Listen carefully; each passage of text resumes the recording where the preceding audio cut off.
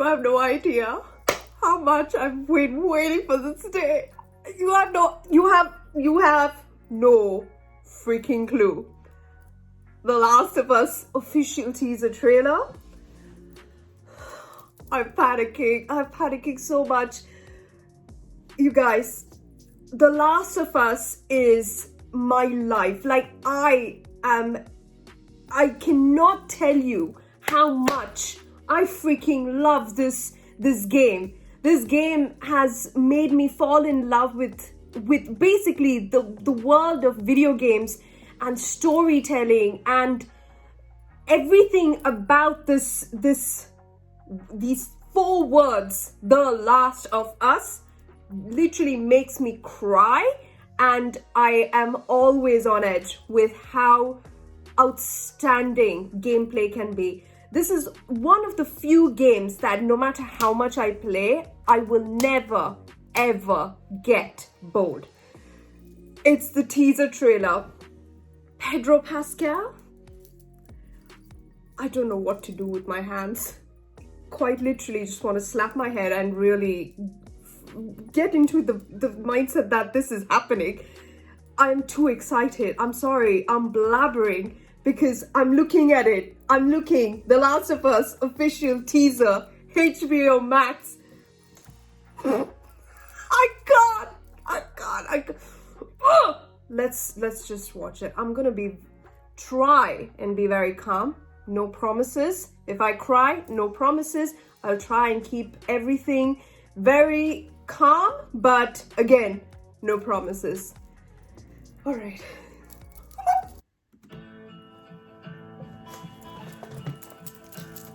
The roses have faded. There's frost at my door. This is ending on. Oh my God! What? Look for the light. The valley is starting to die, and out in the darkness the whippoorwills cry. The darkness is falling. Oh my God! Turn gray, a hound in the distance is starting to fade.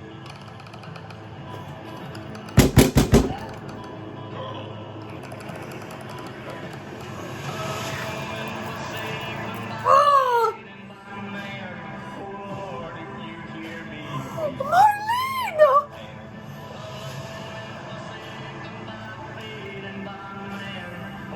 This is your chance. Our best shot. We keep her alive. And we set everything right.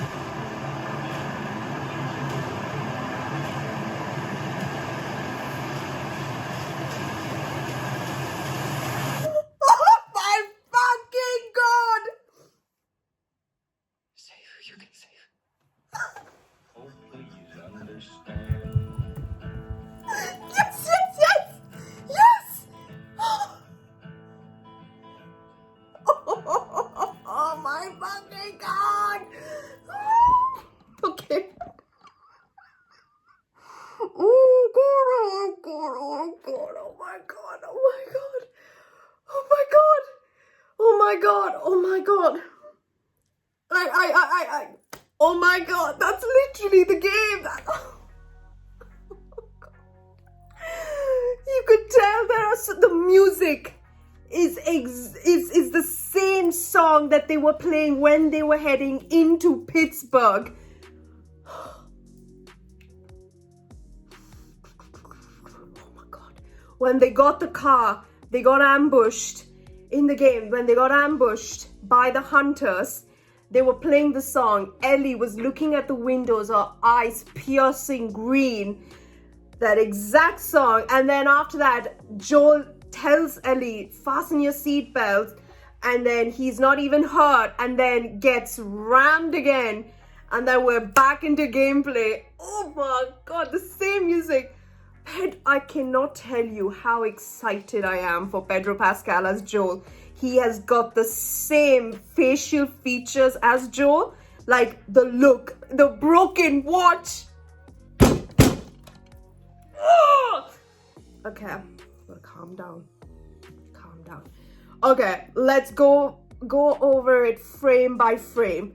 Okay, we can see at the start, we see that there is curfew, right? Curfew hour, 6 p.m. to 6 a.m., which is, and you can see without Fedra approval, this is exactly how 20 years later the game starts, and we see the curfew. We almost see what it's like 20 years aftermath of the virus spreading. And then from there, you can see the town spray painting the Firefly logo for the light. When you're lost in the darkness, look for the light, believe in the fireflies. That's the end of the intro of Marlene. Sorry, excuse me when I say all this, because I'm like, I know inch by inch of this game. And after that, you see Joel, literally Pedro Pascal, just like in contemplation, which is exactly a Joel thing to do, in his thoughts, just being, oh my god. And then I can see there are chains, which means Ellie, Lyanna Mormont, she is in chains. This could be during the time when this, actually, I only think this is the only time when she's been captured by the cannibal group, by David. And you can see that's that. And then you can see she's looking into something which is not really clear where, but she's looking into a place. I guess this is when she's chained up. And then you can see it says welcome. Not sure what that is, but somewhere welcome, where and the goddamn light, the light. So this is where you can see that this is when, you know, there's a section of the game where you have to avoid the light and avoid the hunters and not being spotted. And you know, you're traveling with, of course, Joel, Ellie, and then Henry and Sam. And then, you know, you just have to like try and be behind those barricades, and that's insane. And then after that, also another time that they do that is with Tess as well. In the start of the, you know, just before they head into the building, and we see the first, you could say, I guess, like clicker. I think clickers were only, they showed the clicker only until we get inside the broken buildings and whatnot. So they're like crossing through these tunnels, and then you can see the Fedra agents just roaming around, and, you know, anyone that's there after curfew, that's that. And then after that, you can see the building. There's one part where I thought it was Billy, but it could be Billy with the hair, you know, looking over. He has these cameras all around, and this could mean, like, you know, maybe it's looking over his city, but it doesn't look like it, because the thing that he's looking at in the TV is not really footage of live footage. It's like previous tapes, you could say.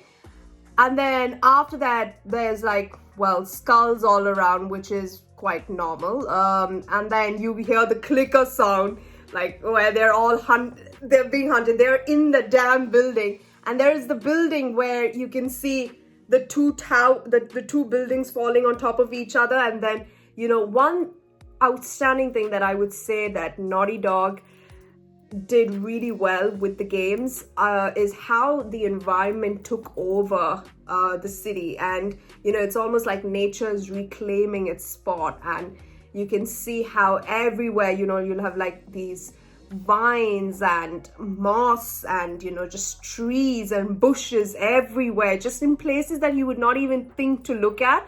And it's so detail oriented that I'm so crazy to see that this is actually happening in life. And then after that, you see the clickers, of course, and then Joel is like, shh, and then you see Tess is there. Oh my god, I can't. And then after that, there's the bridge, the long ass bridge. I think that's more like almost, I'm not really sure when, but that can easily be during winter time, right after we've met Tommy, and we are heading towards, of course, like, you know, finding the fireflies for her to get, like, you know, for them to find the cure and whatnot. And then the actress that voiced over for Marlene is playing Marlene in the show, which is phenomenal, because I'm excited to see her character. But then she's here in full-fledged. She definitely deserves like, you know, a lot more showtime. And that's the one thing I wish we saw, like a lot more of Marlene and Tess, because all these characters really, they did it so well in terms of storytelling and acting. It's just that I really wanted to see more and more. So that's there. Then you see Joel in his like lovely jacket. And then in the middle part, you see the carousel where Ellie is with Riley, who's played by Storm Reed. That is insane. So this is Left Behind, where you see how these two get infected. And well, we know that Riley, of course, the aftermath. You know what? I know I'm telling this to a lot of people that possibly have no idea what The Last of Us is, but I genuinely like urge you, if you are interested in at least not playing the game but watching someone play the game, I would recommend definitely watching someone's like Last of Us series in their playthrough and just seeing what we have experienced gameplay wise. Maybe this show would help in that regard. But yeah, and then you see them in the carousel, and then after that it cuts to like the first, when the outbreak started, when everything was like chaotic. You can see Joel is like young here, right? Joel holding Sarah, and he's wearing the freaking watch, and the watch is almost like broken. This is right after the car gets hit, and Joel, like everything, chaos around, people running, not knowing what's happening, and then buildings falling apart, places being burnt. And then of course after that, you know what would happen, but to see that in action. And then after that you see Tommy in a certain segment. I'm pretty sure that was Tommy. And then you see Joel in a rifle action there, which is definitely post after 20 years and whatnot. And then of course you see Tess in a certain situation. This could be where she's also, like, you see Tess's side of the story before she met Joel. We don't know how Tess and Joel meet, but maybe this series would introduce that, like how Tess met Joel and what her story was before that, which is very exciting to see. I'm very, very much excited for that. And then Joel going all out, punch, punch, punch, punch someone. I'm just excited for that. And then after that, you see like someone who's holding hands with wine. I'm not really sure who that is. That could be Joel's story as well. We don't know about his life as well. We know that he had Sarah when he was very young, but we don't know much about that. He's not really spoken as much about his I guess partner or wife or whatnot. And then after that, there is another character where it's a lady. She almost looks like she is I guess someone that I'm not really sure who she is, maybe a leader of a group, but I'm very excited to see what her character is for sure. And then after that, you see like everything exploding, and then people, like, you know, the Fedra agents just going all ham at people, and then people burning up, Molotovs going around. And then after that, you also see, you know, the car almost falling straight into this, I guess, a lake or a river. I'm not really sure what it is, but it's exactly like what happens in Last of Us Part 2 with Ellie and Jesse. So it's interesting that they put that in. And then after that, the main scene is where Ellie is covered in blood. Joel is holding her face. Oh my god, that scene really just, oh god, I can't wait. And then you see the first freaking clicker, how it looks. Might I add, how freaking, I know it's disgusting in that regard, but how phenomenal is that shot? Like, that shot is pumping with freaking outstanding CGI visual effects. I am so excited for that. And then you can see the shot between Joel and Ellie where they cross over the plank and are heading to the round shaped dome building. And then Joel asks, well, is that everything you hoped for? And then she says, like, jury's still out, but man, you can't deny that view. And you know, he is like remembering his daughter Sarah, and then looking at his, like, you know, he tests and says, you know, let's stay focused, let's continue with our journey, and then looks at his watch and then continues, because in that moment he just became a father like for 2 seconds. Oh my god. And then you can see where they are on the horse, they are heading towards of course their journey to, in the end, Salt Lake City, where of course the St. Mary's Hospital would be for Ellie to get her cure. I mean, for her not to get the cure, but for her to be the cure for the goddamn humanity race. But yeah, that's just me being very, very thorough. And I know that not many people will understand this, but I hope you do, because this is one of my favorite, most beloved games of all time. And when I say this, I mean truly from the bottom of my heart. Like, I can have a room filled with Last of Us posters and it would honestly inspire me every day. And I just love everything about the voice actors as well, Troy Baker and Ashley Johnson.